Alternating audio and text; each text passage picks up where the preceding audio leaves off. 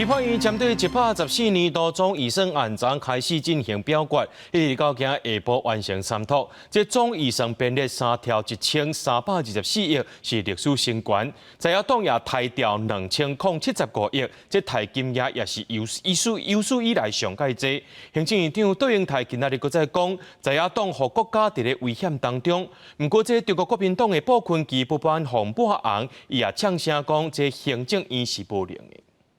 通过决议，中华民国114年度中央政府总预算案照审查总报告修正通过。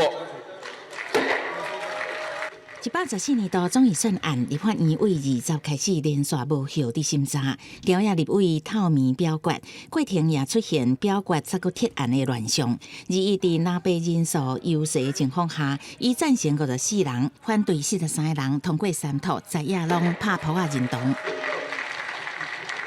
中央政府2025年总预算税出编列3条1324亿6980万9千块，创下历史新高。不过在野先通过删减939亿7500万，各委员会删减67亿3763万，议会个别提案删减1068亿6162万9千块，其中包含政府补贴台电1000亿2万块，拢总删减2075亿7425万9千块，占总预算的6.64%，甲尾总预算税出降到2条9248亿9555万。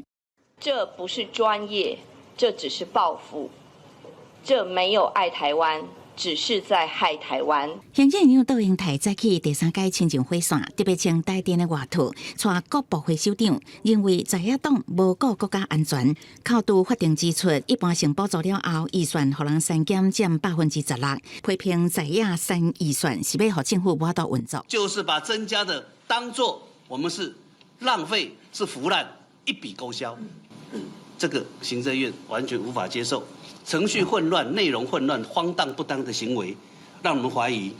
很多都是为删而删。部分期不满，互人抹红抹黑，呛赖政府压迫在野党，三度拨补台电1000亿，都是表达反对错误的能源政策。不过，枪是讲赖政府还有2条9000亿，施政是真有寸啊。